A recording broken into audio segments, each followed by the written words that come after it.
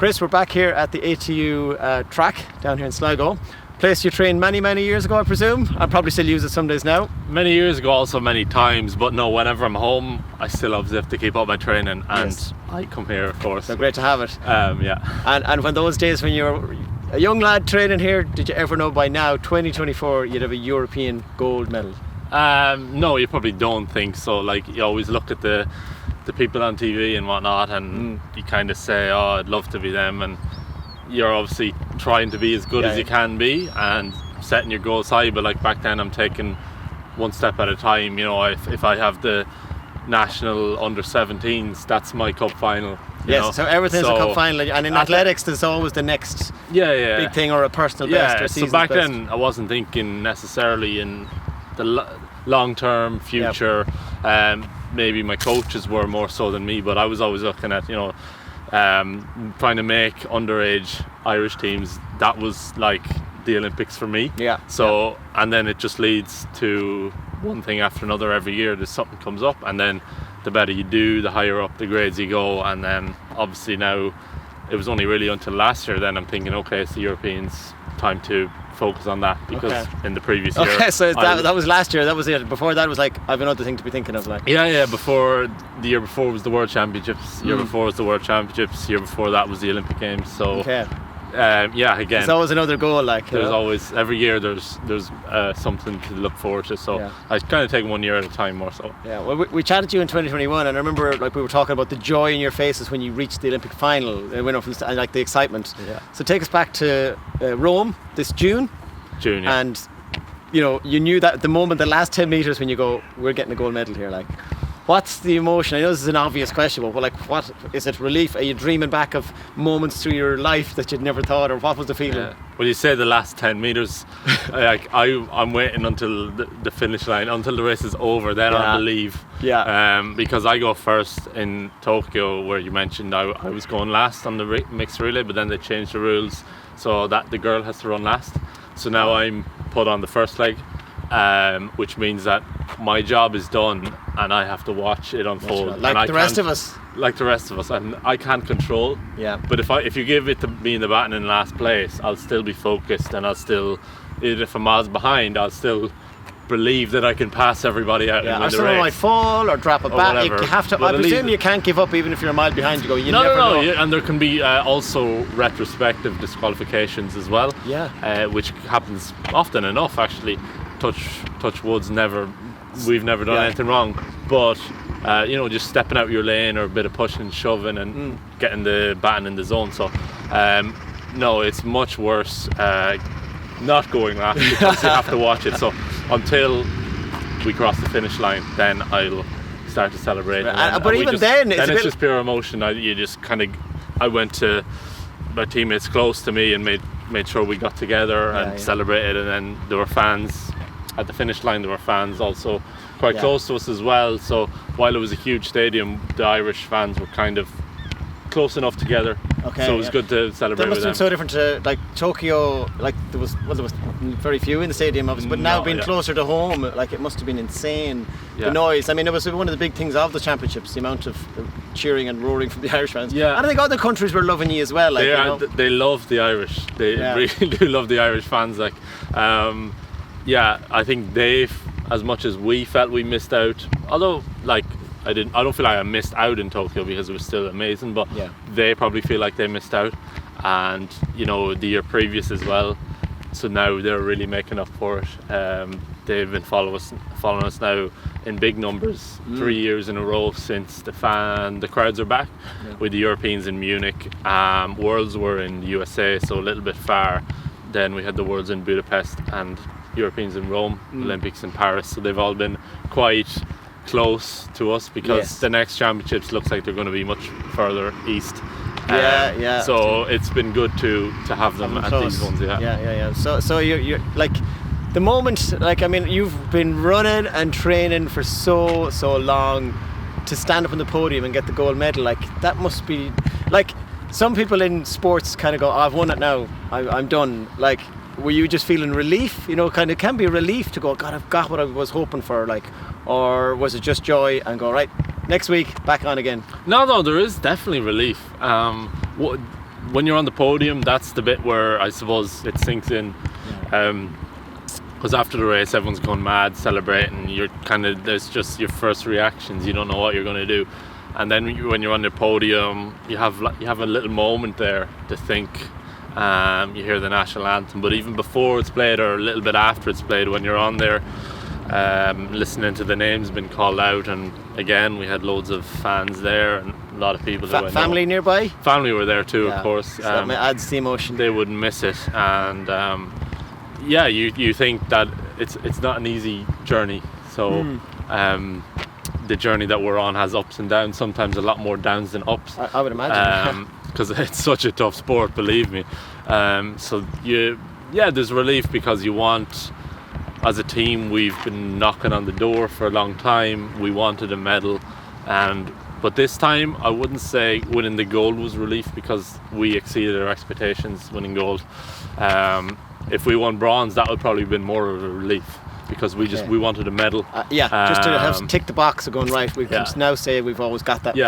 But then to get the gold was exceeded everyone's expectations because there was a very strong Dutch team. Not that we didn't believe that we could win, because we did believe that we could win, but we also would have been delighted with any medal.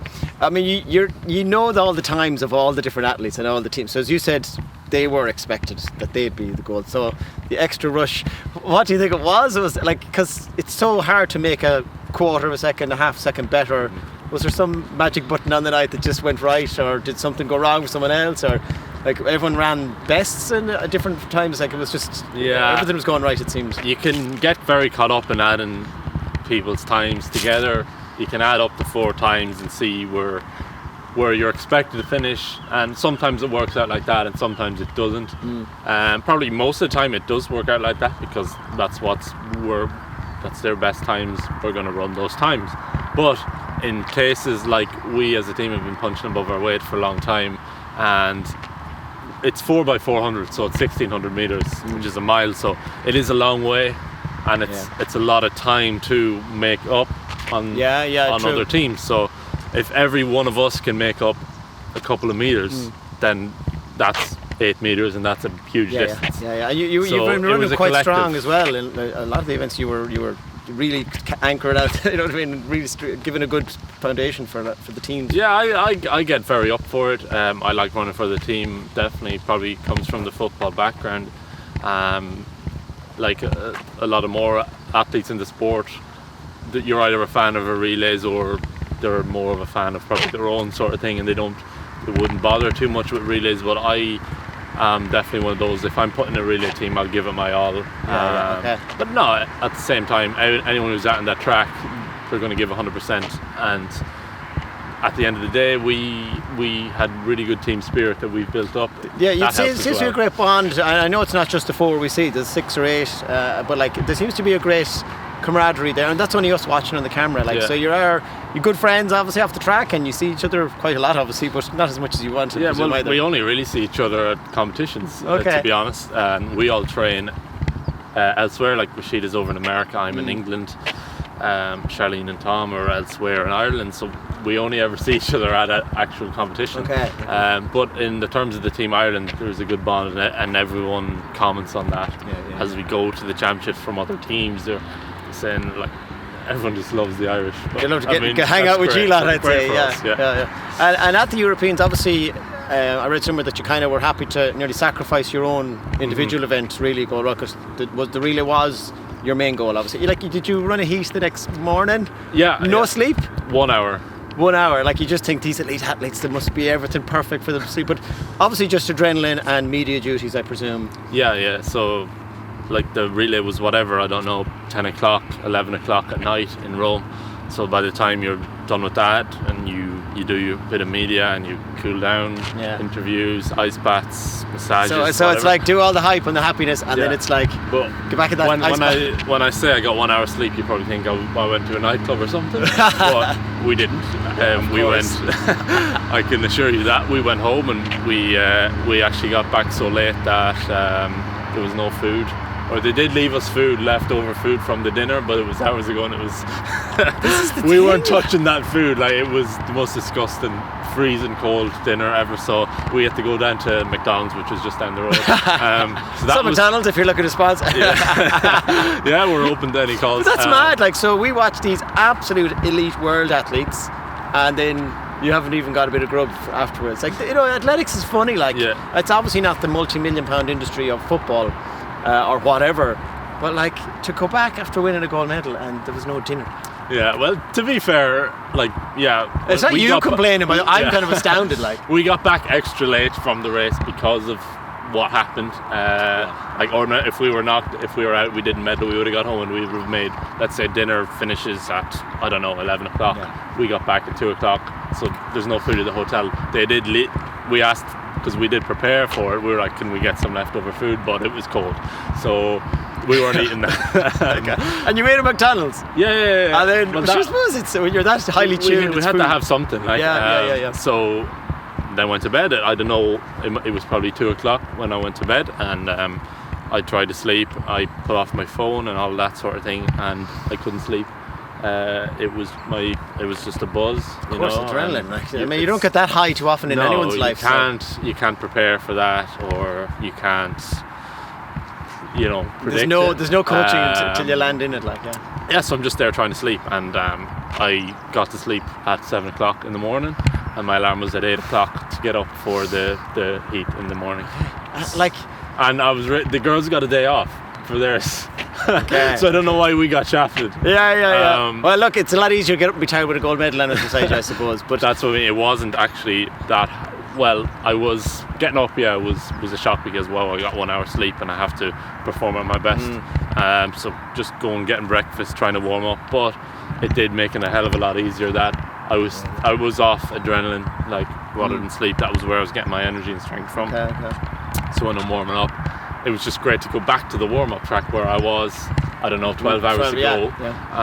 Relive all those memories. But is it hard to go, okay, tune in here again now, I need to get back in the game here, I have an important race, or was that easy to get into? It was easy to get back into. I never came out of that competition mode. So obviously I knew I was going to be on the next morning. The others three had a nice lie-in that day. You're giving them all the digs there. Yeah. And I got through the heat, which I probably surprised myself, because if I was dead last by a mile, no one would really have blamed me, because how would you be expected to do what you do? Like, they would have just been like, he was on the night before, that explains that subpar run. But I ran actually the season's best. I ran faster than I did the night before, actually, which was quite bizarre. That's crazy. So faster than I did all year, but that was that adrenaline buzz. So you just need to win more gold medals and you get more PBs of that. Yeah. So as I said, you were arguably, obviously, this is your best year. Like, you know what I mean? The gold is obvious, but I mean, obviously there was other ups and downs, World Championships and that. I know you didn't get to make the final team. Was it in Bahamas, am I right to say? Yeah, although that was at the very, very start of the year. Yeah, so it wasn't in time. I didn't have a chance to run to get on the team. Okay. I was selected. That was just the Olympic qualifier, so that was just about ticking the box to qualify for the Europe. Well, we had already qualified for the Europeans, but to qualify for the Olympics. So I went out there, but they decided I was on every single Irish mixed relay team up until then. I was the fastest every year, I think, for 6 years in a row. You won the 5 titles in a row or something in the nationals? Well, it was 5 the last 6 years, but I had the fastest 6 years in a row. And well, for whatever reason, they chose not to pick me because that just happens. Like, I'm sure there's a frustration, but there's also a realisation this is the sport you're in. There seems to be very much a mature approach from a lot of athletes. Maybe inside you're more angry than you portray, but there seems to be, like, this is what the sport is. Like, it just happens, I presume. Yeah, there's no loyalty. Like, as I said, I ended the previous year the fastest, and I hadn't even ran yet, and all of a sudden I'm out of the team. So I'm like, what did I actually do to come out of that team? I didn't even run. Okay. But that was my problem, is that I didn't run. So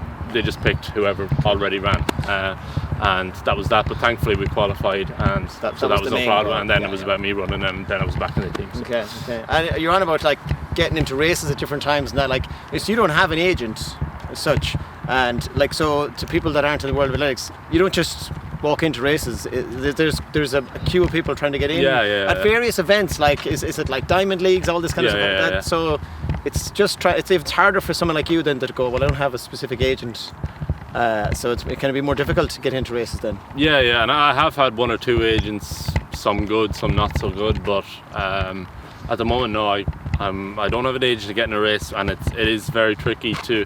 The internationals are easy because if you qualify, you're qualified, you run. So there's no argument there. But the ones outside, your Diamond Leagues or your Continental Tours, they're very much, if the agent is friends with the guy who's organising the race, his athletes will get in. It's not actually actually about how fast you run. It's literally just. It's like a band getting a good gig or something, or a football player. That's why I needed to kind of take the races I get. They could be anywhere across Europe. Same with everybody, and you just have to try and run fast there, and then hope that you can then get into the races, the better graded races from that. But it's it's not about times. It's kind of about like a lot I'm of not things a fan in the world. of, and then that also has huge implications on qualifying for the championships, because in those bigger races you get more points. Not even on how fast you run, just on basically being in the race, and you that get more, quantifies like which credits. is absolutely ridiculous. Like so, so it's you need to be in the best races to then qualify for the bigger champ. So that's definitely a big thing wrong with the sport. Okay, interesting. And like in a year, how many events or races would you do? Like, is it 10 in the whole year? Some years is it 25? Like, and when I ask this question as well is, you're kind of self-funding, like you're trying to do this all yourself, and you have to cover all these flights and accommodation, do all the planning yourself. Some people look on and go, oh, they must have someone doing all the booking, but I presume it's you, yourself and I managing yourself really. Other than the internationals, if I'm representing Ireland, they'll cover that. Anything else, that'll be self-funded. Obviously if you're not lucky enough to have all these fancy sponsors, that helps a lot, but for someone like us, it's mostly self-funded, so we have that challenge as well. But we probably race, it's hard to put an exact number because every year can be different, but I'll race the outdoor season from say May until September, and might have 3 or 4 races every month from May to September.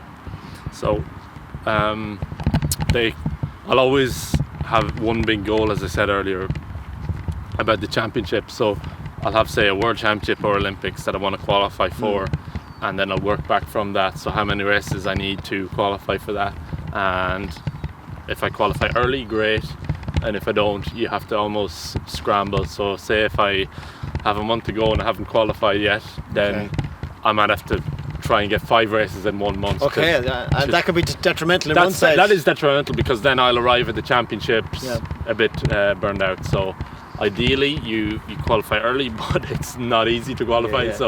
A lot of the times is you qualify last minute. So and that's a constant mental pressure going, oh, hold on, I could miss out. That's 6 months training gone. More than 6 months, 11 months of training. And like, you say tired, like to us just watching on the telly, like, it's 2,400 metres, sure, take a few days rest. But how many days will you still feel it when you're going, like, I presume when you're going full speed for a real target at a big championship?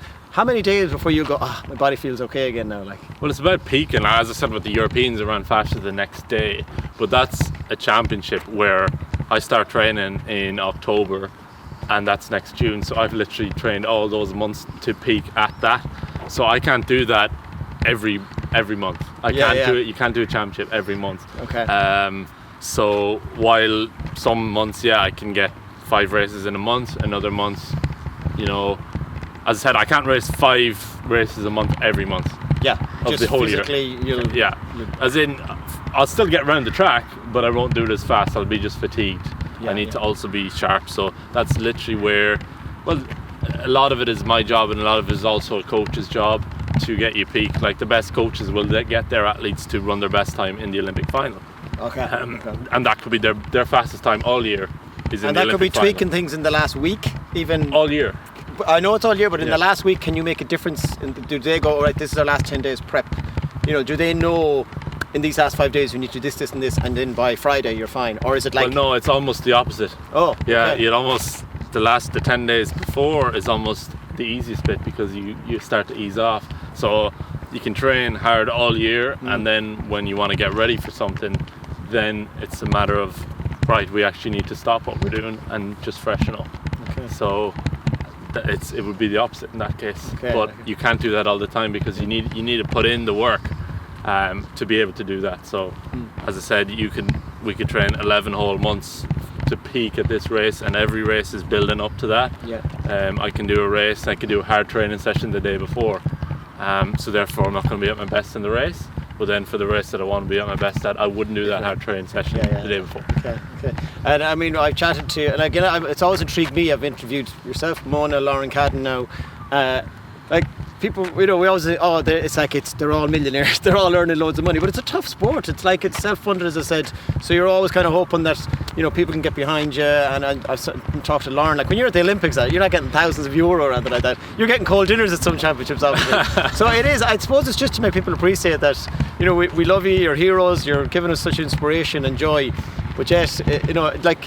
Maybe it's more of a governmental thing, maybe that can be funded more or something, like just to support our athletes more. That's kind of my own personal opinion, kind of from talking to you. Like, what would be your feelings on that, the way the sport is funded? Yeah, well, we hear all the time about the government and giving us speeches about how they're going to invest in all X, Y and Z, and most of the time we don't see any of that, or it's just all talk from them. So until I actually see, like when we came home at all the homecomings, all the politicians are there and they're all saying, oh yeah, we're going to do this, we're going to do that, but I mean, I've not seen any of it yet. But everyone thinks you go to the Olympics. No, there's no actual appearance fee to run the Olympics, and there's no. Well, this was only the first ever year that they had prize money at the Olympics. It was only for first place. So just one for place, literally. Yeah. Okay. So the Olympics itself is it's glitz and glam, but in terms of the athletes, there's no. Yeah, well, I presume money is out of your head by the time you get there, obviously. It's like the moment of being there and that you do your goals. But I suppose as a fan of sport, it's kind of frustrating and disappointing to hear that people who are putting in so much, like you're probably training, I'm guessing, almost every day, more or less for all year round. Just really, and even not if you're not training, you have to watch, sleep, eating, all that. So your brain is constantly working just at that, So I know. I said just from interviewing different athletes, you'd love to just be more. Whether it's our local community, whether it's our country, whether it's our government, you know what I mean, to actually back what you do, because it's just very interesting to hear the inside stories and the difficulties that you have to kind of go through to just keep going and keep training, because you can't work a normal full-time job, I presume. No, you can't. It just doesn't work. I can't possibly say I've had the year I had if I was working a job outside, because if I'm working, I don't know, a 9 to 5, and then I have to train from 6 till 11 at night. That's not really going to work, is it? So we train super, super hard, and I suppose if you compare it, not to slag off other sports, but more of a team sport where the training wouldn't be as physically demanding, but we're there, really struggling to walk up the stairs every single day after training. That's the reality.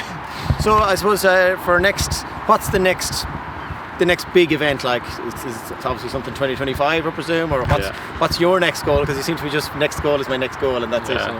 A long time away, long year ahead. We've the World Championships at the end of the season, which is going to be next September in Tokyo. Back to Tokyo with crowds this time. Fingers crossed. Yes. So will be the biggest championship next year, and then we'll be just trying to qualify for that, and again we'll go to the World Relays in China, which will be again early season next year, early May. So again, I may or may not be on that team because I don't run the early indoor seasons. So hopefully we qualify, and then I'll be on the team for the World Champs in Tokyo. Okay. And then is it the next Europeans are in Birmingham? Is that 2 years away? 2 years. So at least the Irish might be able to overtake the place there. I think they will be. Because that'll be a very good one for sure. Well, Chris, this is your second time on the show. I'm so delighted that we keep bringing back our athletes with medals. I'm delighted to see that you've now got that, and as I said, the amount of achievements you've personal achievements, and I'm sure you seem to be a very disciplined, polite, humble man, and I really hope that we'll bring you on again in another day. There'll be more medals, but even if not, it's lovely to meet and chat to people like yourselves, and I'm sure you do probably realise it and hear it enough how proud Sligo, and obviously Ireland, but Sligo, like, we're so blessed to so many athletes like you, and all of you are so kind and generous with your time to us. So listen, it's been lovely having you on the show again. Thanks again for coming, and no doubt we'll have you on again in the future. All going well. Yeah. Hopefully after it seems to be after every Olympics I'm on. So if I'm on again, then that's going to be a good sign. That's it. Yeah. Well, we'll always have you on anyways. So you don't need a medal like that. So it's all good. So one thing I've always wanted to do, like I'm 44. You're what age now? 26. Okay, just to make sure people are watching that they know the age difference here. We're down at the lovely track here in the ATU in Sligo, and I've never raced an Olympian. So are you on for a challenge? Like, look, I'm feeling fresh now, but I just want to see. I want to get my measurement. You've got your shorts on and everything. You're ready. You'll have that big stride length. Well, we'll soon see. I think I'm in trouble here. Actually. Okay, so we'll give it a race and see how we get on. Okay, let's head off.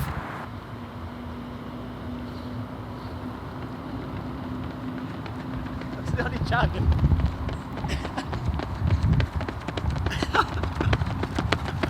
He's cheating. He's only jogging. That was me. I was worried there halfway. It's always a sign someone's worried when they're looking behind, laughing at you. So I was full pedal. Chris, I'd say you were only half jogging. Plus, in fairness, we can't be asking you to go full championship pace either here now. But listen, thanks again. Good workout. Well done. It's great. We'll see you again soon. Sure. Thanks again. Can hardly talk. Thanks to Paddy from Paddy Mac Media behind the camera, who came down here, gave us his time to shoot this. Thanks to the guys at the ATU who let us come into the track. I can hardly talk. It's Brendan Tierney's Sligo Show, signing off. Thank you. The Sligo Show is produced by Pixel Productions and hosted by Brendan Tierney. If you need video for your business or live event or would like to appear on the show, send us a message today. This show is in partnership with ATU Sligo Innovation Center, the hub of innovation and commercial enterprise for startups, industry, and academia. If you like what you just watched, we would love if you could please like, share, subscribe, depending on the channel you're watching on. It will just really help us grow our voluntary project here at the Sligo Show. So thanks for watching, and thanks in advance for sharing.